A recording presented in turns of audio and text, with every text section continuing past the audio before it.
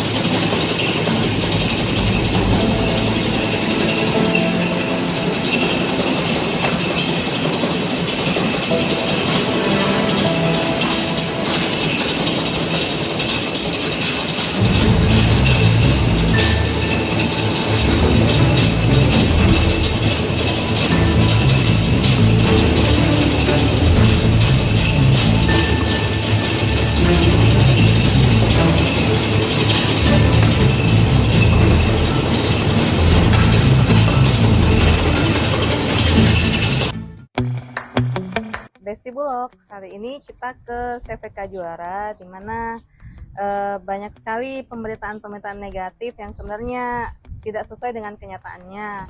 Karena kami sudah konfirmasi sendiri dengan Pak Haji, pemilik dari CVK Juara. Gimana itu Pak Haji? Kebetulan ada bermasalah pabrik Oh iya. dengan dryer itu satu hari. Tapi hanya 1 hari kan Hanya Pak Haji? 1 hari. Iya. Jadi Nah, ini sudah insya Allah normal nih. lagi. Operasi ini 24 jam. beroperasi 24 jam kembali. Iya. Jadi semua gabah-gabah Semua yang gabah bisa diserap 100 ton per hari. 100 ton per hari Pak ya? Kadang-kadang lebih. Iya, iya.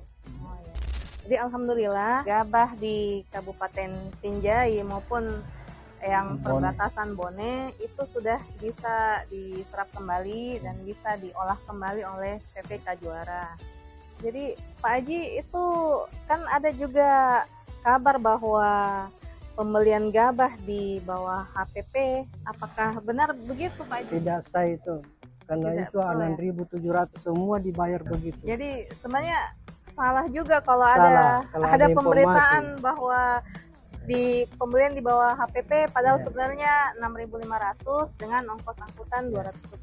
Bisa. Sebenarnya aman Pak Haji ya? Aman, insya Iya. Allah. Dan alhamdulillah dari Bulog cabang Bulukumba juga memiliki mitra yang lain lagi yang bisa menyerap gabah dari petani di daerah sini.